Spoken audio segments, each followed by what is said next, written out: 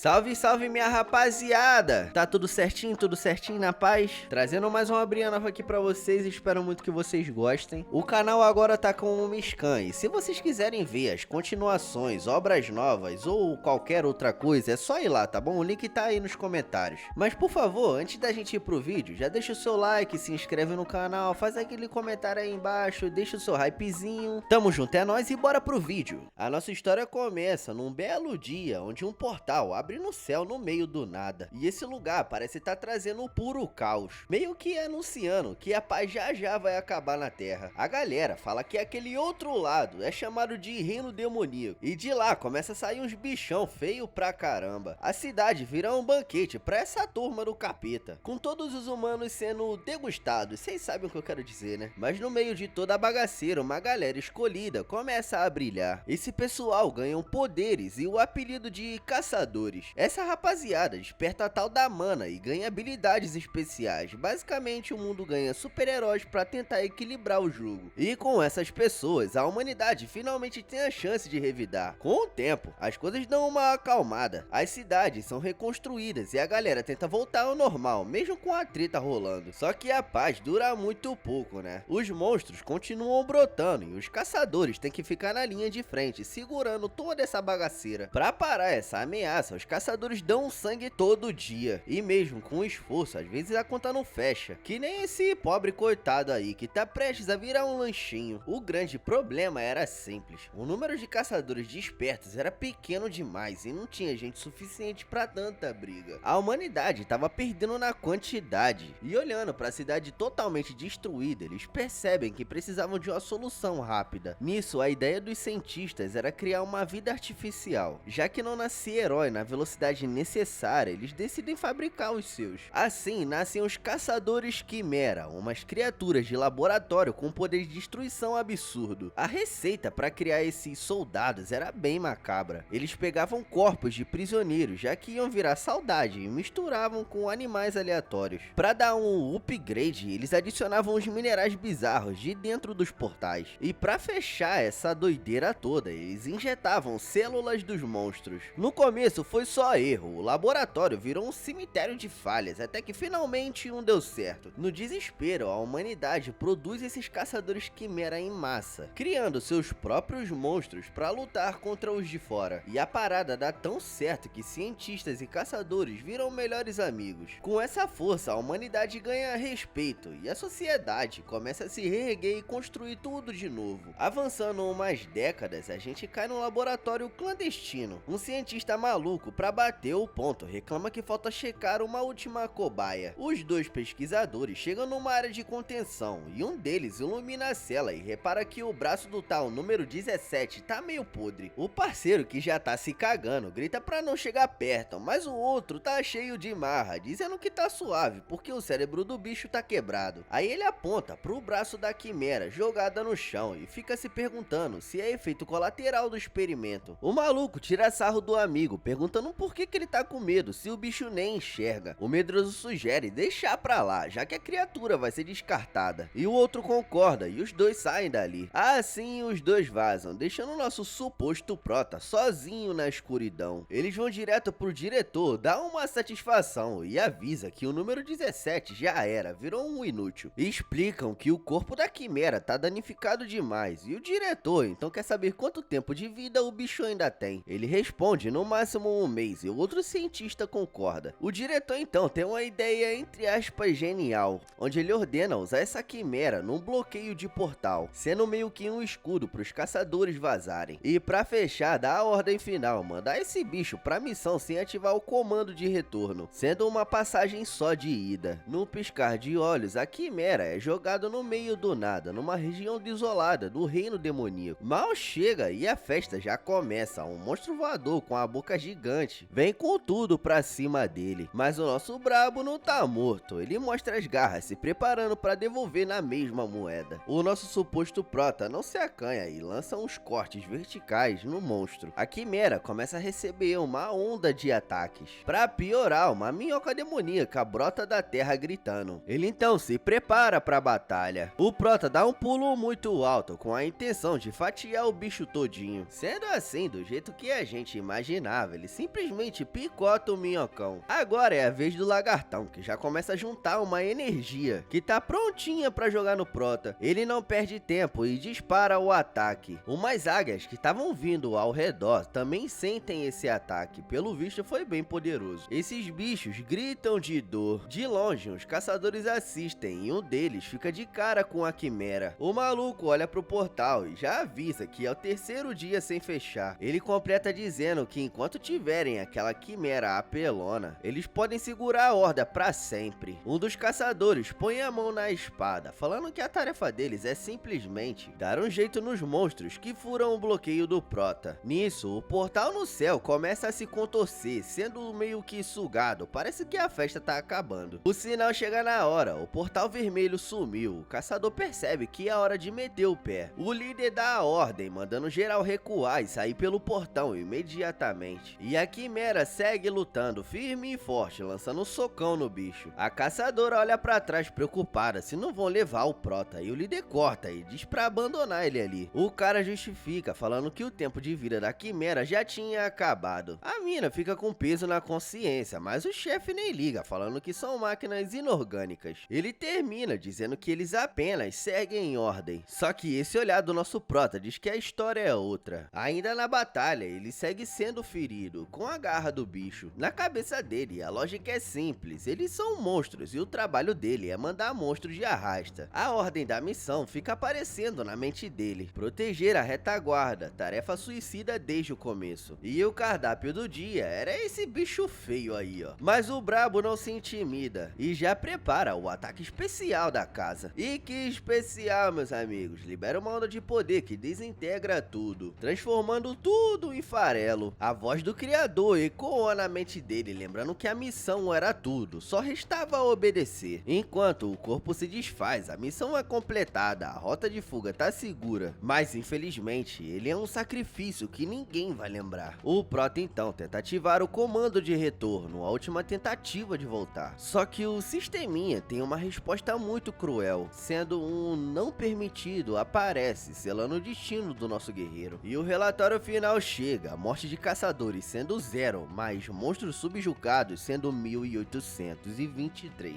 Mas no último suspiro, o plot twist aparece. Uma memória revela que ele já foi humano, sequestrado aos 9 anos. A vida antiga passa como um filme na cabeça, tudo que ele perdeu. O problema é que o cérebro foi tão mexido que ele não entende as cenas. Pra ele é como se fosse um filme de outra língua. Então ele simplesmente assiste a vida passada desenrolar, meio que uma despedida confusa. 79 anos atrás, no orfanato, um cuidador lê a ficha e estranha o nome do garoto. Pulando pra 70 anos atrás, o moleque leva esporro por revidar uma zoação com pedrada. A paciência do orfanato se esgota. Assim, o garotinho é expulso e deixado no frio, largado à própria sorte, sem ninguém. Sozinho e com frio, o corpo não tanca e ele desmaia. O fim da vida humana e o início do pesadelo. Uma galera sai de um carro e um comenta com o nojo das crianças. E apontando pro desmaiado, ele pergunta o preço. Ele já tá amarrado na maca e um cientista chega com a seringa gigante, perguntando se é a nova cobaia. A equipe toda reunida pergunta o número e o outro responde que ele é o número 17. O chefe ordena gravar e anuncia a injeção de células de larva de bicho de seda classe S++.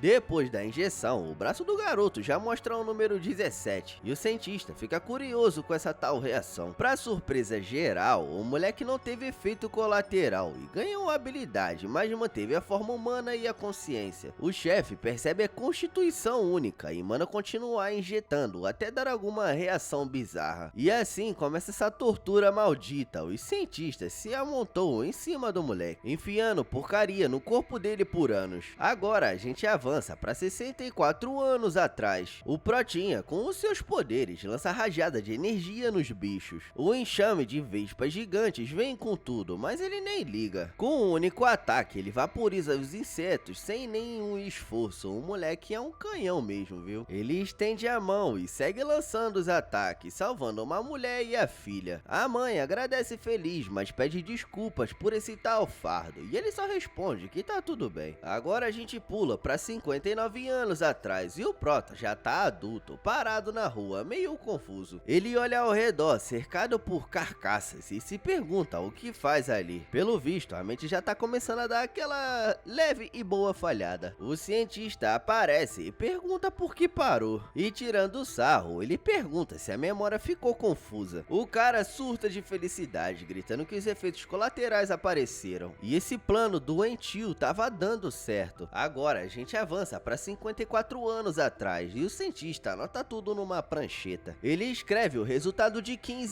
anos. Depois de 500 tipos de células, o Prota finalmente quebrou. O resultado final é esse monstro todo arrebentado e os cientistas se gabam que o poder dele é absurdo e que o número 17 é o maior sucesso dali. 20 anos no tempo, uma pessoa oferece carne pro Prota, já na forma de quimera, tratando ele igual um cachorrinho. Nisso, essa mulher se assusta quando o bicho chega perto pra comer. A galera ao redor reage já com nojo e medo, e um pai até tampa os olhos do filho, enquanto a mulher da carne acha tudo meio que normal. 3 dias antes de IDF, a memória mostra o Prota numa batalha insana. Mesmo todo acabado, a única coisa que passava na cabeça dele era que todas as missões tinham sido completas. De volta ao presente, o sol nasce e o corpo do nosso Prota vira poeira, sem deixar rastro. Quer dizer, quase nenhum, já que o único pedacinho da coluna dele sobreviveu largado na areia. Os ossos começam a tremer e a puxar a matéria do nada, se reconstruindo como se tivesse vida própria. Nisso, uma luz brilha de dentro do osso, se expandindo para mostrar que o show ainda não acabou. A espinha dorsal se reconstrói inteira, com a energia sinistra das 527 células de monstros ali. Em seguida, as costelas se formam ao redor, montando o esqueleto do caçador quimera número 17 de novo. E numa velocidade absurda, a carne e os músculos começam a se enrolar nos ossos. A regeneração termina com uma explosão, trazendo nosso Prota de volta com tudo e mais um pouco. No meio da poeirada, 2 pés humanos aparecem, deixando a forma de monstro para trás. O Prota levanta, agora num corpo humano novinho, e olha para as próprias mãos, se perguntando se voltou ao normal. Ali, sozinho no meio do nada, o brabo renasce das cinzas porque simplesmente se recusou a virar saudade. Ele tá ali com a bilula pra fora, se perguntando em voz alta se é humano de novo, já todo confuso com essa situação meio maluca. Só que aí ele olha pro braço que vira uma garra sinistra e saca que não é 100% humano, já que as habilidades ficaram. Aí a ficha cai de vez quando a tatuagem de experimento some do pulso, confirmando que ele foi descartado e finalmente tá livre. Ele entende que voltou por causa da habilidade de algum monstro imortal injetado nele, tipo o poder da Fênix. A parada era tipo água-viva imortal, revivendo até 3 vezes se o núcleo estivesse salvo, dando 3 vidas extras pro Prota. Ele fica encucado, lembrando que células não deviam fundir, mas quer saber, o corpo dele tá trincado e no auge. Com essa tal morte, parece que os efeitos colaterais sumiram, levando embora a névoa mental e as magias de controle. Aí vem a reflexão, se a vida do número 17 acabou, será que agora ele pode tentar viver como um humano normal? Nisso, ele lembra do cientista-chefe, chamando ele de psicopata, mas sugerindo que tente viver ajudando as pessoas. O maluco ainda sugeriu o nome Cheon Do-won, que significa ajudar 1000 pessoas. De volta, o Prota manda um papo furado na lata, achando ridículo um órfão da miséria ajudar alguém. Então ele fica parado se perguntando o que fazer, e a primeira ideia que surge, claro, é a vingança. Só que para se vingar precisa de alvo e ele não sabe nem por onde começar, mais perdido que cego em tiroteio. Ele percebe que passou tanto tempo que a vingança esfriou, de qualquer jeito ele tá preso no reino dos demônios. A decisão é que uma hora ele tromba os caras, então o melhor é deixar pra pensar nisso quando acontecer. O Protinha parece ter encontrado um novo rumo pra vida recém-adquirida. A decisão então tá tomada e um novo capítulo tá prestes a começar. O objetivo agora é bem mais simples que vingança, tentar viver um pouco como um humano normal. O primeiro passo pra isso é óbvio, arrumar a roupa, já que ele nem lembra a última vez que vestiu alguma coisa. E assim, peladão e sem rumo, o Prota começa a caminhar pelo deserto pra virar humano de novo. O Prota chega no rio, mas o problema é não saber de onde tirar material pra roupa. Ele precisa de tecido resistente, afinal a vida no mundo dos demônios não é passeio de parque, né? Então o jeito é explorar a mata e lá vai ele. No meio da busca ele ouve um barulho e para. Aí dá de cara com um grifo gigante todo lascado no chão, pensando que rolou uma briga de gangue por ali. Ele analisa o bicho e vê que não tem machucado sério sério, concluindo que o coitado foi de F por veneno. E bom, como ele não é burro, ele precisava de couro e um grifo morto caiu do céu pra ele, né? Sem perder tempo, o Prota transforma o braço numa lâmina. Ele mesmo se toca que ia precisar de uma faca. Aí lembra das aulas de açougueiro do laboratório e já planeja os cortes na barriga e patas. Só que na hora que encosta a lâmina no couro, a mão dele dói e ele vê que o negócio não é simples. De repente, ele sente um formigamento sinistro com o veneno do bicho querendo fazer efeito nele também. Uma coisa roxa sai do grifo e é absorvida pelo Prota. Ele fica de boa e sem dano, mas reclama que agora tá fedendo a veneno e vai precisar de um banho. E ele finalmente consegue tirar a pele do bicho para fazer aquela roupinha de cria. Em seguida, ele joga o couro na água para tirar o veneno. Mas na hora de torcer, o negócio tá duro igual concreto e a água não resolve nada. Aí ele tem uma ideia. Ele pega o couro e começa a macetar na porrada, sem dó. Se não vai no jeito, vai na força, né? O Prota chama isso de curtir o couro, tirando pelo e gordura na base do socão. E não é que funcionou, o Prota fica todo felizão vendo o couro macio depois da sova. E depois disso, ele tira as medidas. E do nada, a cabeça do grifo começa a pegar fogo. Enquanto o Prota segue fazendo as medidas, o bicho parece estar acordado lá atrás. Com o couro na mão, ele usa a própria força para rasgar o tecido no formato certo pro acabamento. Aí ele se veste, amarra um cinto e pensa, até que não ficou ruim, né? E tá aí o resultado, o Protinha tá parecendo o Fred Flintstone. Só que ele sente uma coceira e uma mancha roxa aparece na roupa. Parece que o veneno não foi completamente limpo. Ele ignora, olha pra trás e vê a cabecinha do grifo se mexendo. A criatura balança a cabeça, engasgando, e o nosso Prota se pergunta se ela quer falar algo. A ficha cai e pensando que se o bicho voltou é imortal igualzinho a ele. Ele pensa que antes teria finalizado, mas agora vendo o bicho inofensivo, não vê mais sentido em matar. Ele diz pro passarinho que os dois são sortudos e que o negócio é viver bem. O Prota vaza deixando a criatura lá, falando que se o destino quiser, se encontram por aí. A caminhada leva ele até uma caverna escura, que parece um bom lugar para começar a vida nova. Lá dentro, ele decide que o próximo passo é arrumar uma casa. Só que, mal terminando de pensar, uma parede racha, mostrando que o imóvel já tem inquilino. E do nada da parede sai uma centopeia gigante, gritando que nem uma maluca. E essa criatura bizarra fica parada na frente do nosso herói. Mas o Prota não parece se intimidar não, ele olha pra cima tranquilo e pergunta se tá muito escuro ali dentro. Em um ataque só, ele simplesmente despedaça o bicho em pedaços. Com um simples rejeitado, ele expulsa o morador antigo e toma a caverna pra ele. Aí começa a busca do Prota pelo imóvel perfeito, parando numa montanha de neve no frio da desgraça. Ele dá uma explorada na paisagem, tentando achar um lugarzinho maneiro, e já encontra os vizinhos dele, uns ietes gigantes que acordaram com o pé esquerdo. Depois de dar um chega pra lá neles, ele percebe que a comida vai ser ruim ali, então é mais um lugar rejeitado. A próxima parada é uma floresta de cogumelos, mas o cheiro é ruim e ele carimba mais um rejeitado. Encontrando outra caverna pingando, ele diz que tá úmido demais, então é mais um lugar rejeitado. A visita segue no vulcão, mas o calor é tanto que é rejeitado de novo. Finalmente, ele sobe um penhasco e parece ter achado um lugar que não é forno nem freezer. E que lugar, meus amigos? Cachoeira e lago cristalino. O Prota fica de cara com a beleza do reino demoníaco. Empolgado com essa visita, ele decide olhar de perto e salta do penhasco sem pensar duas vezes. Ele começa a correr pela beira do lago, claramente satisfeito com o terreno que encontrou. O Prota para e olha pra água, que é tão limpa que dá pra ver os peixes nadando de boa. E os peixes são piranhas do capeta, mas pra ele parecem banquete pra fazer na brasa. Ele já sonha com a cabana, fogueira e criadouros de peixes no quintal. Pra melhorar, tem até florzinha amarela, dando um toque de natureza aconchegante. O ar é puro e as árvores são verdes. Isso não é terreno, é resort 5 estrelas no inferno. Ele fica parado no meio da floresta e finalmente dá o seu selo de aprovação. A decisão tá tomada, a nova casa do Sheldon Won foi oficialmente aprovada. E assim, o Protinha achou seu cantinho de paz. Só que a alegria de pobre dura pouco e uma coisa parece querer se formar. E é um portalzão que se abre no meio do nada. De dentro do portal, uma coisa sai com muita força. Um robô todo capenga se levanta, soltando uma fumaça e faísca. Pelo visto, isso aí tá com defeito, hein? Nisso, os olhos vermelhos acendem e ele dá uma olhada em em volta, se perguntando se o lugar é o tal do reino demoníaco. Com o terreno escolhido, o Prota decide botar a mão na massa e fala pra si mesmo que vai construir a casa Sheldon Moon. O primeiro passo é a fundação, então ele estende a mão e começa a usar uns poderes. Com o movimento, ele lança uma onda de energia dourada que sai limpando a floresta, e ele sai podando todas as árvores, limpando o local. Com a área toda limpa, ele avalia o terreno e acha que o espaço já é o suficiente para começar a obra. Usando seus poderes de novo, ele levanta várias toras de madeira e separa as melhores. Esse papo de tora de madeira aí, meu amigo, lá ele. Com um monte de madeira empilhada, ele fica se perguntando se o chão tá muito irregular para começar a construção. Para resolver, ele dá um pisão tão forte que a terra fica reta na marra. Com o terreno todo nivelado, ele fica satisfeito com o resultado. Ele reflete que só mexeu o corpo, como o coração mandou, curtindo essa liberdade toda. Nisso, ele pega uma tora gigante com uma mão só e planeja fincar os pilares nos 4 cantos do terreno. O Prota se diverte, se perguntando se isso é o tal do livre-arbítrio, já que é a primeira vez que constrói a própria casa. Usando a super velocidade, ele começa a pregar as tábuas. Na hora de levantar as paredes, falta prego, mas a solução até que é criativa. Usar meleca de monstro, tipo lesma. Ele passa a gosma verde na madeira, explicando que quando endurecer vai ficar sólida como pedra. E para dar os toques finais, ele usa seus poderes para espalhar umas plantas com cheiro bom ao redor da casa. O Prota diz que o cheirinho vai matar a maioria dos monstros longe, um repelente meio que natural. E tá aí o resultado, uma cabana feita de madeira, cola de lesma e teia de bicho da seda, que ele acha bem aconchegante. Só que ele sente que tá faltando alguma coisa e coça a cabeça, tentando lembrar como era uma casa humana normal. Nisso, volta uma memória do laboratório, onde o cientista mostrava uma tela como era uma casa comum antes dos portais se abrirem. Ele lembra que nos vídeos as famílias felizes sempre tinham um cachorro e um jardim, uma vida que ele nunca teve. Mas ele tá ligado que não dá pra criar um doguinho caramelo no reino demoníaco. Aí ele pensa em fazer uma horta, mas tem um problema de não saber o que planta naquela terra amaldiçoada. De repente, ele tem outra ideia, uma ideia genial surgindo do nada. Ele lembra da montanha de neve e tem a brilhante ideia de plantar mandrágoras, um vegetal bem exótico pro jantar. E lá vai ele de novo pra essa friaca, escalando a montanha cheia de neve em busca da plantinha mágica. Ele lembra que o habitat natural das mandrágoras é o pico mais gelado e cheio de mana. A neve caindo forte traz lembranças pesadas do dia em que foi sequestrado, quando também nevava pra caramba. A ironia é que naquela época ele tava com tanto frio que ser sequestrado foi quase um alívio. Olhando pra trás, ele vê que virar quimera teve suas vantagens. Pelo menos não precisa se preocupar em virar picolé ou morrer de fome. Pela mana que ele tá sentindo, ele saca que tá chegando perto e a neve até dá uma trégua. E bingo, ele encontra as plantinhas brotando da neve, todo felizão que a viagem não foi em vão. Essas mandrágoras são monstros plantas sensíveis que vão de F por qualquer coisinha, tipo mudança de temperatura. Pra levar elas, ele decide pegar as mudinhas mais novas que são adaptáveis e planeja pegar só 3 raízes. Só que na hora de puxar a primeira, ele já se prepara pra doideira. A plantinha sai da terra fazendo um barulhinho fofo de bocejo, como se estivesse dormindo, sabe? Ele pega mais uma e ela faz o mesmo sonzinho de sono. Ele fica confuso, mas tá curioso. Ele pega a terceira e ela também resmunga um som bem baixinho. Ele junta as 3 e elas começam a resmungar juntas, se esfregando uma na outra. Aí ele saca tudo. O grito da mandrágora só rola quando humanos tentam cultivar em um lugar com pouca mana. Quando elas são arrancadas à força, elas vão de F, sabe? Ele percebe que as plantinhas não estão gritando porque estão no reino demoníaco, então tá de boa. E aí ele pensa, será que as mandrágoras reconhecem ele como parente, já que ele tem células delas no corpo? Ele então guarda as plantinhas no cinto. O Prota já começa a sonhar com o futuro, imaginando fazer um chazinho com as raízes e comer a fruta de sobremesa. Mas lembra de um detalhe, se a fruta for colhida à força, ela fica venenosa. Então o Protinha vai ter que usar a lábia com as plantas. De repente ele para em alerta, sentindo a presença de caçadores ali perto e não entende o que fazem numa montanha perigosa. O Prota pensa em dar um oi e pegar umas pedras do portão emprestadas. Enquanto isso, os caçadores estão na maior furada, com um deles revoltados que foram usados de iscas e abandonados. O parceiro manda ele acordar pra vida, porque os bichos estão vindo pra cima de novo. A dupla tá cercada por um monte de coelhos da neve com dentes afiados, e os bichos não estão não pra brincadeira. Um deles, com uma boca cheia de tentáculos, já vem babando pra cima, tentando matar o maluco. Um dos caçadores tenta segurar a horda com a barreira de energia, mas os coelhos começam a rachar a proteção. O coitado já tá suando frio e se cagando todo, porque ele vê que a barreira não vai tancar por muito tempo. A barreira começa a se estilhaçar e o cara entra em desespero, se arrependendo de ter sido voluntário pra procurar a tal quimera. Sem proteção, ele grita por socorro, enquanto os coelhos avançam pra transformar ele em petisco. Mas do nada, um vulto passa e uma explosão acontece bem no meio da matilha de coelhos demoníacos. O caçador que tava no chão abre os olhos e vê os coelhos parados, rosnando pra alguma coisa, sem entender nada. Do meio da fumaça, quem é que aparece? É o nosso Protinha, né? O caçador fica impressionado, se perguntando se é uma pessoa. E sim, ele chegou pra botar ordem naquela bagaça. Ele olha pros coelhos, que parecem mistura com o Lula, e só pensa, coelho da neve. O Prota libera uma aura monstruosa, fazendo os coelhos se tremerem de medo. E sim, esses coelhinhos bonitinhos começam a sair, metendo o pé, até porque ninguém quer morrer assim, né? Os caçadores ficam sem acreditar que um monstro classe B meteu o pé só de ver o Prota. Um deles, todo emocionado, agradece por ter sido salvo, já que estava se vendo no céu dos caçadores. Ele se apresenta como Quintaerron e pergunta o nome do salvador, o Prota. E ele responde, Cheon-Do-Un. O caçador estranha o nome e a roupa dele, desconfiando que o cara seja um caçador recluso. Aí o parceiro, o Seong-Jo, questiona o que um cara com a pinta de classe D faz ali, a não ser que seja por grana. O Prota fica com uma pulga atrás da orelha ao ouvir sobre recompensa por uma quimera. O caçador explica que uma cobaia do laboratório escapou, e o Prota saca que se procura uma criatura máquina. Então não é ele. Com a consciência limpa, ele decide pegar a pedra do portão e vazar. Mas o caçador pergunta onde tá a bagagem dele. O cara explica que os outros membros pegaram tudo e fugiram, deixando eles pra morrer na trairagem. Ele continua dizendo que esses miseráveis planejaram isso desde o começo. O Prota conclui que a pedra do portão tá com os traidores, então agora precisa ir atrás dos caras. O caçador continua dizendo que lamenta ter caído na lábia de um caçador classe B que provavelmente só queriam iscas. Eles também entram em pânico, dizendo que estão no limite e se ficarem contaminados já era. E realmente a parada é séria, se um caçador ficar muito tempo no reino demoníaco sem purificar, vai de F. Um deles apela pedindo pra ser levado e comenta da esposa que tá grávida. Enquanto o Prota rastreia os fujões e os encontra. Sem dar a mínima, o Prota dá um salto que racha o chão e sai voando. Os caçadores gritam desesperados, implorando pra serem levados juntos. E olha só quem aparece, o robozinho do portal. Ele tá num penhasco de neve, concluindo que ali parece perigoso. Nisso, a galera que abandonou os parceiros encontra o robozinho e o líder já manda todo mundo atacar. O robozinho detecta a ameaça e já saca umas ferramentas nada amigáveis das costas. A luz fica vermelha e o sistema dá a ordem de eliminar geral. A tropa de caçadores vem com tudo, saltando com lanças, machados e espadas pra cima do robô. Quando o Prota finalmente chega no local, ele se pergunta se chegou tarde demais pra festa. Ele vê a neve manchada de ketchup e as mochilas largadas. Parece que a galera vazou na pressa. Ele repara nas pegadas de criança e animal, concluindo que a criatura lutou enquanto mudava de forma. Com isso, entende que o bicho tem um DNA até que flexível, capaz de se adaptar no meio da porradaria. Aí lembra da conversa com os caçadores sobre a cobaia mecânica e as peças começam a se encaixar. A criatura era de metal líquido, mudando para lobo, cobra ou criança, mas pequena por ser um material raro. O Prota dá uma risadinha, impressionado que um robozinho desse tamanho deu um pau em 5 caçadores rank B. Enquanto isso, Quintaerron tenta reanimar o Oh Seong-Jo, que tá quase indo de arrasta. O cara tá roxo, contaminado pela energia, e o amigo tá desesperado, lembrando que o filho dele nasce no mês que vem. Seong-Jo, já nas últimas, pede pra ele dizer pra esposa que sente muito. Realmente é uma ceninha de cortar o coração isso aqui, cara. O caçador se pergunta se milagres existem e parece que sim. O cara vira a cabeça, impressionado, sem acreditar no que tá vendo. Pelo visto, a esperança deles voltou. E lá tá o Cheon-Do-Un, com as mochilas nas costas. O cara faz um favor e ainda recuperou os itens. O maluco então começa a correr na direção dele, desesperado. O caçador, vendo o Prota como um anjo, já se ajoelha e implora para serem salvos, com a vida do amigo por um fio. O Prota, já entediado, lembra que eles não tinham a pedra do do portão, mas o caçador diz que tem uma solução. Nisso, ele tira do bolso 2 cheques de 10 milhões de won, a grana da vida deles, e oferece pro Prota. O Prota olha pros 20 milhões de won e pensa que é inútil agora, mas vai servir quando voltar pro mundo humano. Sem pensar muito, ele pega uma pedra do portão na mão e entrega. Com a passagem garantida, o Prota abre o portal e o caçador se curva agradecendo, jurando nunca esquecer esse favor. Enquanto o cara tenta salvar o amigo, o Prota fica ali paradão, encarando a grana que ganhou.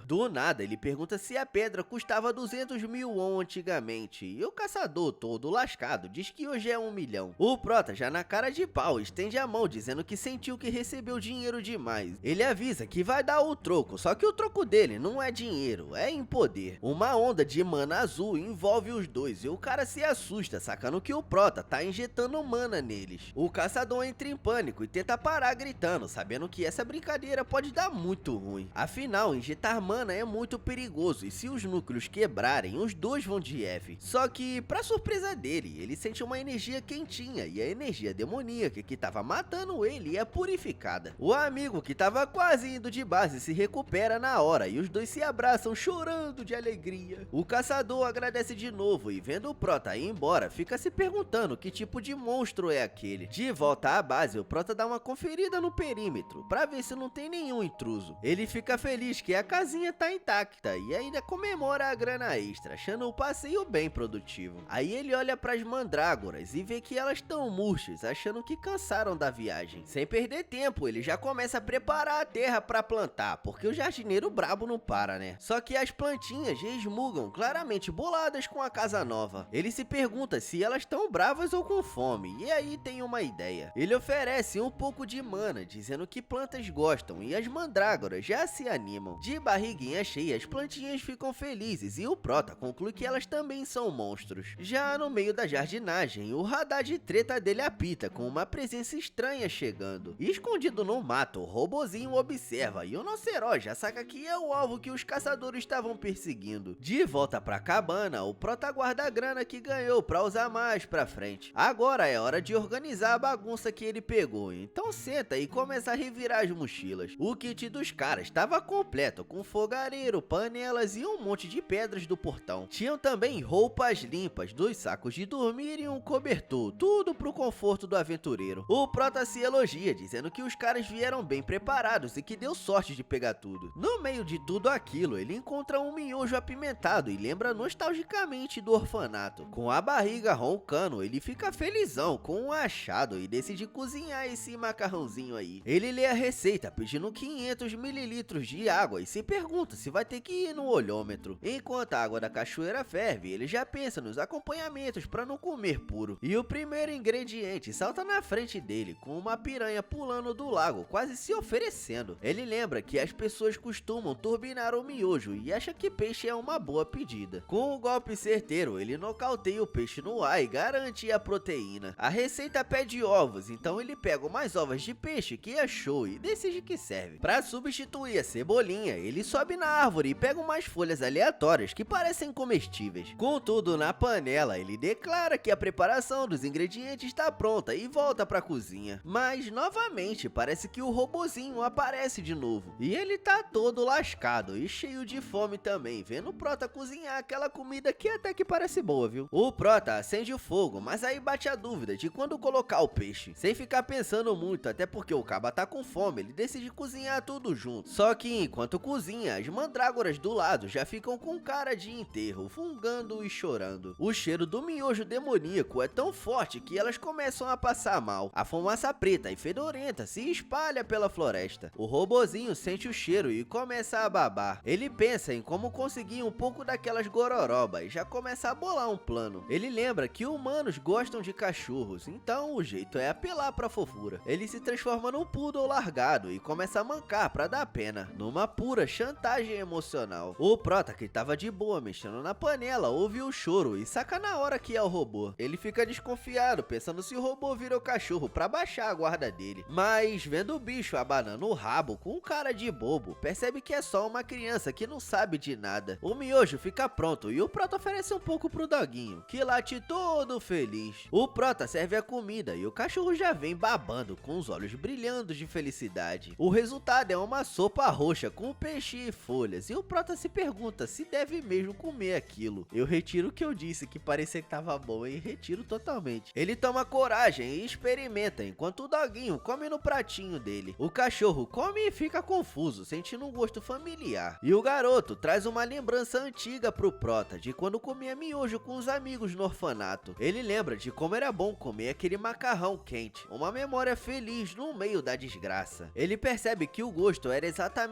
aquele de quando tinha 7 anos. O cheiro se espalha e ele fala que tá delicioso, mas o doguinho olha sem entender nada. Só que o cheiro é tão forte que as mandrágoras não aguentam e começam a vomitar. Depois do banquete, o Prota manda o cachorro passear porque precisa limpar a bagunça da casa. O doguinho sai correndo feliz e o Prota fica só olhando, meio que desconfiado. Aí ele grita que o cachorro tava mancando da outra pata e o robô trava na hora. O doguinho sem graça volta a mancar e sai de fininho, com o Prota achando graça. Com a louça lavada, o Prota se pergunta se vira dona de casa de vez e lava roupa também. Ele resmunga que não quer mais usar couro e lembra que tem umas memórias ruins com pólen. Ele pega um porrete pra bater na roupa, pensando em ir com calma pra não rasgar. Só que o calma dele racha o chão e ele mesmo fica em choque com essa ignorância toda. O resultado foi um pedaço de pau quebrado na terra. O cara é uma ameaça até pra si mesmo. Ele encara o estrago, mas se acalma porque ainda tem outro porrete. Ele se prepara pro segundo round pra tentar lavar essa roupa logo de uma vez. Do nada, uma pedra com olhinhos brota e o Prota saca que é o robozinho de novo. Aí ele lembra que a criatura tava de butuca o tempo todo, disfarçada de barbatana enquanto ele lavava o prato. E até quando ele via as flores, o robozinho tava lá fingindo ser um toco de árvore. Só que o disfarce de árvore deu ruim quando uma abelha resolveu chegar bem perto. O robô entra em pânico e sai correndo da abelha, gritando por socorro. O bicho fica todo pistola e o Prota entende que ele tem mentalidade de criança. Ele também nota o jeito todo travado e mecânico do robô falar. O Prota conclui que isso deve ser efeito colateral de conhecimento forçado na mente de quimeras jovens. O robozinho todo tímido se esconde atrás das flores e elogia com voz de GPS. Depois da treta, o Prota segura uma camiseta limpa e admite que lavar roupa é difícil. Ele encara a única peça que salvou, já que o resto provavelmente virou pó. Mesmo achando pequena, ele pendura pra secar e decide dar uma olhada nas mandrágoras. Lá no fundo, o robozinho em forma de pedra só observa tudo. Vendo a roupa no varal, o robô pensa que se o senhor usa roupas, ele também pode. Sem pensar duas vezes, ele pega a camiseta e tenta vestir, falando que agora vai usar roupa. Com a camiseta servindo de vestido, o robô se admira felizão, avisando que agora é dele. Nisso, o bicho começa a brilhar e um cabelo castanho brota do nada. Parece que agora ele tá se transformando na sua forma humana. E pois é, virou uma garotinha fofinha, achando que na forma humana atingiu a perfeição. E enquanto isso, o Prota tá na horta, vendo as mandrágoras murchas e se perguntando o que houve. Ele acha estranho porque tinha limpado o terreno, aí puxa uma raiz e fica sem entender. O cara começa a arrancar um monte de raiz monstro e se sente pior pai de planta do mundo. Ele então decide fazer uma horta de verdade e já começa a medir o espaço ao redor da cabana. No meio dos planos de agricultor, ele ouviu uma vozinha. É a garotinha robô escondida atrás da árvore, já toda envergonhada, mandando um oi. O Prota leva um susto, achando que é uma garota de verdade e responde meio sem jeito. A menina, toda tímida, aponta pra casa e pergunta se ele é o dono. Aí o Prota, todo orgulhoso do barraco, confirma que sim. Ela fica curiosa e quer saber se ele é nativo. Nisso, o Prota vê a chance e decide zoar a coitada. Ele entra no personagem e pergunta de qual tribo ela é, só que a menina dá uma travada, gaguejando sem saber o que inventar. No desespero, ela aponta pra longe, falando de um lugar impossível. Aí o Prota ajuda a mentira, sugerindo uma tribo do cocô. A garotinha agarra a ideia e confirma na hora que veio sim da tribo do cocô. O Prota não se aguenta e solta uma pérola, comentando que as roupas dela são iguais às dele. Sendo pega no pulo, a mina inventa que achado não é roubado e bate o pé que a roupa agora é dela. O Protinha se diverte, concorda e deixa ela ficar com a blusa. Ele mantém a zoeira e pergunta o que ela faz ali, e a menina inventa que foi expulsa e tem um pedido. Ela se joga no chão, gritando que quer morar ali, implorando na maior cara de pau. O Prota quer saber o motivo e ela responde que ali não tem insetos, até porque ela tem muito medo de abelha. Ela continua dizendo que ali tem casa e parece seguro seguro, querendo paz. O Protinha então saca que a menina robô só precisava de um canto seguro para descansar. Ele concorda, mas avisa que ela vai ter que trabalhar. E pelo visto, o nome dela é Nari e fica toda feliz, diz que tá pronta para qualquer parada. A primeira tarefa é preparar a terra da horta, porque o Prota precisa de um novo lar para as mandrágoras. A menina já pega um porrete e fala para deixar com ela. A garotinha desce a madeira com força, fazendo terra voar para todo lado. O Prota observa, pensando que ela nem esconde a identidade. Então ele pergunta o nome dela e ela se apresenta. Mas na verdade ela nunca teve um nome. Ela fala que não tem, mas vai criar um agora, lembrando daquela flor bonita de antes. Ela então se batiza, declarando ser Kinari. O Prota fica confuso e pergunta Forestia, que no caso é o nome da flor. A menina corrige gritando que é Kinari e pronto. Com o poder da garotinha, a horta fica pronta rapidinho, com a cerca de pedra feita pelo Prota. As mandrágoras ficam felizes e pulam na terra nova, e o Prota fica satisfeito também, pensando que devia ter feito isso antes. Só que no meio da festa, a Kinari fica parada, em silêncio, só olhando. O Prota dá aquela estranhada, vendo que a expressão da menina mudou totalmente. Do nada, a garota começa a chorar, explicando que a felicidade das plantas lembrou os amigos dela. O Prota estranha o papo de amigos, sabendo que um laboratório isso não existe. A memória vem com tudo e a Nari entra em curto, revivendo um trauma brabo. De repente, uns gritos medonhos ecoam e uma energia sinistra toma conta. O Prota manda relaxar, mas a Nari conta que viu um monstro tipo pintinho sendo atacado. Ele foca na bagaceira e confirma, o pintinho tá mesmo levando um sacode. A Nari lamenta de longe, aí o Prota joga o verde perguntando se ela quer salvar o bicho. A menina buga, insistindo que não pode salvar monstros, e o Prota saca a lavagem cerebral que ela teve. Então ele sugere dar uma olhada para ver se ajudam. E nisso a Nari fica em choque. Ela nem espera e grita um já volto e sai voando, deixando o Prota na poeira. Lá na frente a cena é bizarra, com insetos gigantes cercando a presa pro abate. O monstrinho fofo já tá no chão só esperando a hora de IDF. Só que a Nari já chega na voadora, mandando eles pararem. Com os olhos cheios de lágrimas, ela decide salvar o bichinho. Aí vem o motivo, uma memória do passado mostra ela robô sendo a melhor no teste, com as cobaias com medo. No chão, um bicho amarelo igual ao de agora aparece todo arrebentado. Os outros experimentos espancam ela, culpando a coitada que só dizia ter obedecido ordens. A cena é triste, ela apanhando e pedindo pra pararem porque doía. A raiva sobe e na memória a mão dela esmaga o chão com uma força absurda. E de volta ao presente, a Nari explode em poder, gritando parem, e ataca os insetos. Boladona, ela declara que um monte de gente atormentando um só é inaceitável. Ela grita que bullying é muito ruim e solta um ataque que manda os insetos pro beleléu. Enquanto a bagaceira rola, o Prota tá de boa cuidando da horta e dando petisco pras mandrágoras. A Nari chega gritando pelo senhor, aí o Prota se vira e manda ela vir logo. A menina tá em pânico com o bicho no colo e grita que ele não acorda. O bichinho tá todo lascado e parece que ele foi nocauteado. O Prota pede calma, mas quando bate o olho no monstro, a cara dele muda, sentindo que já viu ele antes. A Nari tá no puro desespero, achando que o bicho vai de F, mas o Prota se oferece pra ver. Ele ativa um modo curandeiro, concentrando mana nos dedos. Depois de fazer o check-up, ele dá o veredito. O bichinho tá sem ferimentos graves, então ele não vai precisar ir pro cemitério. Aí vem uma aulinha e ele explica que a mana do monstro carrega a história da vida dele. Na hora ele lembra e vê um monstro gigante e imortal de antes. Então as peças encaixam, é aquele monstro imortal, mas só que numa versão menor. O Prota fica inculcado com esse encolhimento, enquanto a Nari tá agoniada e pergunta se ele vai virar saudade. O doutor tranquiliza e diz que é só fome, o bicho tá desnutrido, e a Nari fica tipo, oxi, o bicho não vai morrer não. Ele avisa que já injetou mana e é só descansar, mas a Nari continua preocupada. A cena faz a Nari lembrar do passado no laboratório, segurando um amiguinho amarelo. A memória cruel mostra o amigo no chão sem vida. De volta, ela aperta o bicho, dizendo que se largarem ali, a história se repete. Ela implora pra ficar com ele, prometendo cuidar e dar comidinha. O Prota fica imaginando o trambolho que esse bicho vai virar, mas a Nari jura que vai dar pouca comida. Então ele cede e a menina fica toda feliz, sem acreditar. O Prota já pensa no prático, talvez o bicho sirva de cão de guarda. O bichinho então acorda meio grogue, se perguntando onde foi parar. A primeira coisa que vê é a cara do Prota, e ele saca que é o tiozão que depenou ele. O bicho nos braços da Nari já acorda pé da vida, rosnando de ódio pro Prota. A Nari leva um susto sem entender por que o pet fofinho virou Satanás. Ela levanta o bicho e acha que esse rosnado que ele fez é som de pombo. Ela abraça ele comemorando, enquanto o Prota não entende o drama e o bicho se debate. O bichinho fica berrando pra soltar ele e o Prota fica de cara, percebendo que entende o dialeto do bicho. No caso, o que o bicho fala. O tratamento acaba com o monstro enfaixado e a Nari avisa que escolheu o nome dele. Ela sugere Gu pelo barulho de pombo e o Prota aceita, mas o Gu tá pistola querendo meter o pé logo. O Gu tá indignado e fala que quem autorizou colocar esse nome nele e ele avisa que já tem nome. A Nari acha que é sede, joga um balde de água fria no coitado. O Gu fica encharcado e todo gordinho por beber tanta água. A Nari grita que ele tá com fome e corre pra arrumar um lanchinho pra ele. Vendo a bagunça, o Prota decide virar marceneiro e construir um armário. Ele separa as toras, planejando esse móvel, querendo algo funcional. Só que na hora do corte ele para, sentindo algo errado nessa tora. Ele se pergunta o problema, sem saber o que fiscal Gu tá de olho. O Gu avisa que a cor tá errada, aquela madeira é mole e inútil. O Prota então pergunta qual é a cor resistente e o Gu diz que é óbvio que é a... Antes de completar a frase, o bicho trava, sacando que o Prota entendeu tudo. O Prota repete vermelho e o Gu surta perguntando como ele entendeu. Desconfiado, ele decide dar uma olhada na mente da criatura. Ele então ativa a telepatia. Só que a mente do Gu é sombria, cheia de olhos vermelhos. E o Prota fica em choque, sem achar essa tal madeira vermelha. Ele pergunta se tem outro habitat, mas o Gu tá pistola e bloqueia a mente. O Gu pergunta em choque se o Prota ouve os pensamentos dele. O Prota explica que as palavras só aparecem na cabeça, mas tá intrigado com outra coisa. Ele pergunta pro Gu como o monstro fala a língua humana e o bicho não sabe onde enfiar a cara. O nosso herói conclui que o bicho deve ser um monstro super inteligente, um tipo raríssimo que ele só tinha ouvido falar, vendo um desses ao vivo pela primeira vez. O Prota pergunta se eles já não se trombaram antes, sabendo que já viu aquela bolinha de pelos em algum lugar. O Gu confirma e fala que queria muito encontrar ele de novo, o que deixa o Prota confuso sobre o motivo de tanto interesse. O bicho explica que queria retribuir o favor de ter sido salvo. Aí a ficha do nosso herói cai, entendendo que salvou o núcleo imortal dele sem querer ao arrancar a pele. O Prota, que não é bobo nem nada, já cobra a dívida e pergunta se a ajuda pode ser agora, deixando o Gu surpreso com essa pressa toda. Nisso, o monstrinho fecha o olho, pensando na proposta, até que a decisão é tomada. O Gu se livra das ataduras e manda o Prota o seguir, virando o guia turístico até a floresta das árvores vermelhas. Só que do nada, uma bola de fogo vem na direção da Nari, fazendo a menina entrar em pânico e gritar que odeia laboratórios. O fogo tá bem pertinho e a coitada só consegue berrar que tá quente pra caramba, deixando a situação bem tensa. E a explosão é tão forte que joga a menina longe. Caída no chão, toda apavorada, ela chora achando que o pessoal do laboratório veio buscar ela, mostrando que o trauma é pesado. E não é coisa da cabeça dela não, porque um cara misterioso surge com um rastreador, confirmando que a criatura muda mesmo de forma. O miserável aparece já com uma cara de poucos amigos, falando que não é legal atacar criança, mas que é necessário. O cabeludo encara a Nari e avisa que a vida dela também tá em jogo. Sem enrolar, o comédia lança um ataque de fogo massivo na direção da garotinha, sem dó nem piedade. Nisso, a Nari vê a morte chegando e começa a gritar desesperada, achando que é o fim. Mas o Prota entra na frente, falando que só queria terminar o armário e comer. O Gu avisa que conta onde fica a madeira depois, já que a prioridade mudou. Ele completa que salvar a garota vem em primeiro lugar. O Prota olha pra Nari encolhida e tremendo, sacando que o estado mental dela não tá nada normal. Ele decide apagar o incêndio primeiro e encara o miserável, falando que o cara é um canalha por fazer bullying com uma criança. O cabeludo estranha e pergunta de onde ele saiu, avisando pro herói vazar enquanto ele tá legal, já que o alvo é a Nari. O Prota fica pistola com essa audácia, já que o maluco chega botando fogo e ainda quer dar ordem. O miserável cabeludo não tá com muita paciência e já prepara um ataque poderoso contra o nosso Prota. Ele fala que o Prota fala demais e concentra um fogo no ataque pra carbonizar tudo. Mas o Prota não tá pra brincadeira e se prepara pra mostrar quem é que manda naquela bagaça. Com um único peteleco, ele lança um raio que corta o fogo igual manteiga, mostrando a diferença de poder ridícula. O cabeludo fica sem entender nada, vendo o ataque ser neutralizado com a maior facilidade metade do mundo. O raio acerta ele em cheio, fazendo pedra voar para todo lado. Aí o prota chega na Nari e pergunta como ela tá, e a menina responde que agora tá tudo bem. Ela comenta que foi ele quem apagou o fogo, com o coração cheio de gratidão. O prota dá o conselho de que quando o medo aparecer é só nocautear, apontando o vilão no chão como um saco de pancada. Sem perder tempo, ele agarra o maluco Grog pelo cabelo, iniciando o tratamento de choque. O protinha, sem querer, acaba arrancando o cabelo do maluco. Segurando o tufo de cabelo na mão, ele fica confuso, se perguntando se o golpe foi forte demais. No chão, o maluco tá careca, resmungando que a cabeça foi de F, revelando que aquele era um capacete de cabelo. Esse aí ficou calvo antes da hora, rapaziada. O prota não acredita e pergunta se ele era calvo esse tempo todo, lamentando a situação do rapaz tão jovem. A careca do maluco brilha mais que sol do meio-dia. A Nari vê a cena e cai na gargalhada, falando que gente careca é muito engraçada. Rindo sem parar, ela declara que o medo foi embora, deixando o prota impressionado com a superação na base da zoeira. O Gu vê que ela não entende a gravidade e decide intervir, não deixando o prota intimidar ela. Usando a ressonância mental, o bicho avisa que vai mostrar umas memórias pro prota entender o rolê. Ele completa falando que a habilidade também transmite memórias para outras pessoas. A primeira memória é de um cientista rindo igual psicopata num laboratório escuro. O cientista encara a criatura gosmenta, que é a forma original da Nari. Ele comenta que a gosma tá mostrando autoconsciência ao tentar fugir, e o miserável tá se divertindo com esse sofrimento. Com a mão cheia de mana, ele manda a criatura se aproximar. O cara avisa que não precisa ter medo, porque é só um teste de durabilidade, mas a energia em volta diz o contrário. De volta, o prota faz um cafuné na Nari, elogiando a coragem dela. E ele sabe que um trauma não some tão fácil assim. Ele se pergunta o que fazer com esse calvo desmaiado, enquanto o Gu dá umas cutucadas na cabeça dele. Aí a Nari tem uma ideia genial. A cena corta pra uma cachoeira, onde tem uma corda amarrada numa pedra. E o plano é o vilão careca amarrado debaixo da cachoeira, tomando um banho de água fria pra acordar. A Nari grita que se molhar o fogo apaga, e o tiozão calvo não dá medo. Enquanto o vilão pensa que não veio pro reino dos demônios pra isso. A menina continuou o bullying, gritando que o tiozão é mau, e o prota com pena diz pra não pegar tão pesado com a aparência dele. Ele tá de boa cozinhando e observando a Nari animada, pensando que ela talvez se recupere mais rápido do que imaginava. Nisso, o prota vai até o rio encher uma panela d'água pro almoço finalmente sair. O Gu tá querendo saber o que tá rolando, e o prota responde que tá pegando água pro miojo. A Nari ouve miojo e já fica animada, gritando que miojo de peixe do senhor é uma delícia. O prota zoa, perguntando se a tribo do cocô também come miojo de peixe. A garota entra em pânico, mas confirma que a tribo do cocô adora miojo, enquanto o prota se joga na água para pegar a mistura. O calvo pendurado observa tudo e conclui que o prota é no mínimo um caçador rank A, brabo demais para ser normal. O maluco pensa que ele esconde habilidades apelonas, talvez sendo um caçador recluso. O prota resmunga que precisa de muita água para 3, mas o calvo tá chocado e com a frieza de pendurar alguém e fazer miojo. A Nari não perde tempo e já sai com 2 piranhas gigantescas, gritando que garantiu a proteína. O prota avisa que só vai usar um peixe e manda soltar o resto. O calvo fica em pânico, sem entender aquela galera, se perguntando se cozinhar um monstro não vai deixar um gosto forte demais. O peixe é jogado na panela e o calvo continua criticando, reclamando da quantidade de água e quase tendo um treco. Ele grita desesperado, perguntando se sabem o que é um miojo, enquanto a Nari corre toda feliz com o Gu, ansiosa por esse rango. Esse pessoal encara a panela com uma expectativa sinistra, com a larica já batendo muito forte. O calvo já tá sem esperança e pede pra ser solto e se oferece pra cozinhar o miojo do jeito certo. E até que o careca foi solto, viu? Ele fica na frente da mesa concentrado, mostrando que pra ele miojo é coisa séria. E eu sei muito bem que é o almoço e a janta de muita galera que tá assistindo esse vídeo. Ah, quem nunca também, né? Vai jogar também? Ele abre o tempero, tratando o miojo com um respeito que nunca teve por ninguém. Ele segura o macarrão como se fosse a coisa mais preciosa do mundo, sabendo que a vida dele depende daquele prato. Do outro lado, o prota e a Nari observa com uma aura sombria, deixando o clima pesado de tanta fome. Ele diz que o miojo é puro e que vai seguir o método tradicional, já que não manja de cozinha. O chefe calvo avisa que vai usar a intuição para a quantidade de água para 3 porções. Seguindo a receita à risca, ele joga o macarrão e o tempero na água, com um tempo de cozimento de exatos 4 minutos e 30 segundos. Para não errar o ponto, ele usa o próprio coração, calculando